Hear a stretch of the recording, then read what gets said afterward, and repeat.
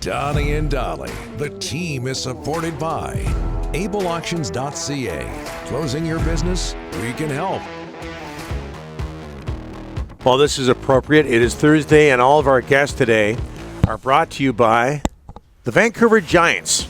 And that includes our guest, Manny Viveiros, head coach of the Giants, standing by. Saturday, the Giants take on Kamloops, 7 p.m. puck drop at the LEC.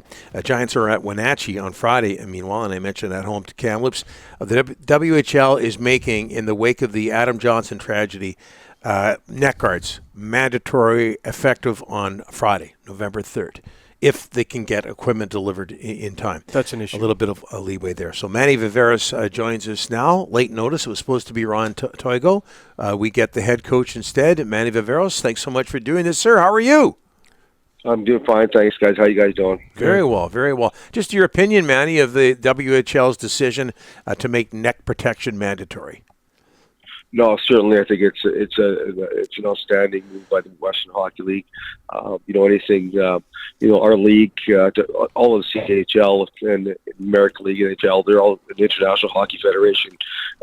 First and foremost, is their number one priority is to make it a safe place, an environment for these players to be, give them the opportunity to be safe at all times here. And I think that's a really good move. Anything we can do to protect our kids from, getting hurt in a contact sport, our league is going to do is whatever they can. It's such a small world, Manny. I don't know of any connection between you and Adam Johnson, but what went through your mind when you saw or heard of the Adam Johnson incident?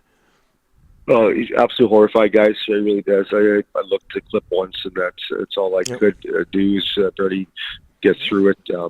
Obviously, it's such a tragedy for a young man to lose his life at a young age like that. His whole family probably have to sit and watch to go through that too. But the first thing you think of is your own team, your own kids that you have on your program. And I have a son myself that plays over in Europe too, and that's something. This game it can be dangerous at times. Rarely it is.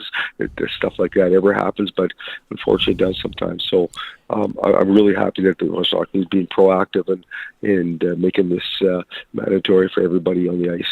Manny, that so many people play hockey, and to ask every team to get a neck guard like ASAP is going to be tough to do. Supply is an issue. Do you know when everyone in the Western Hockey League is like a time limit and when everyone's going to get geared up here?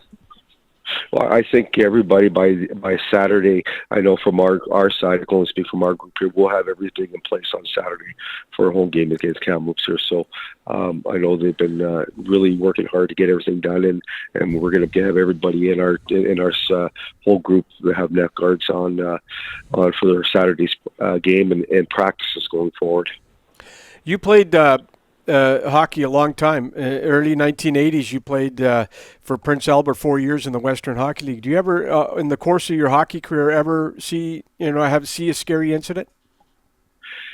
I have, unfortunately, again, nothing to as tragic as what happened to this young man here, but over your career, you do see things where, skates that do come up on the face or the neck area and thank God, no one had lost their life you realize how close or how this could happen. And it's unfortunate that it takes a tragedy like this to make everybody across the board, across the world, to make full rule changes on this and making everything mandatory. But, I'm very happy that our league and everybody else is going to go forward with this. Was it unanimous with the players, Manny, when you told them that we're going to do this? Yeah, 100%. It's something, the players, everything's about comfort when they're playing. You want to feel your best, and then, but the equipment's there for a reason. Again, it's a contact sport. At times, it can be considered violent. The way the contact is at times, and that's something that everything you can do to help protect these kids. It's our responsibilities as a league and just the whole hockey world in general to give these kids the best opportunity that they can be safe out there. Manny, I know the Giants, last time I checked, waiting on Samuel Honzek, but 5 wins in 13 games to start the season, the WHL season for you. What stands out in those 13 games for you? Well, obviously we're not pleased with our record, but I really like the way our group is developing. We weren't surprised going in here with such a young group that we have here. I like how we're progressing, even though we lost last night. I like how we're playing, how the style we're playing, and our kids are, going 13 games in here. We feel like we're getting better game by game here. So, with a young team, you're going to have to take your lumps sometimes, and it's just part of the learning experiences for these guys in a really good league. And the toughest part is just when you're young at this league here. So, we like how we're progressing and developing here. So, obviously, when we get Samuel Honzek back and we're missing Wyatt Wilson on the back end right now also too, and then unfortunately we just lost Paul Mary for the season. Certainly makes a big hole in our group here, but Samuel certainly make a difference. A player of that caliber coming back certainly makes a difference at this league.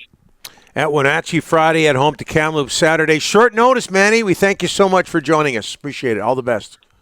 Thanks, guys. My pleasure. You bet.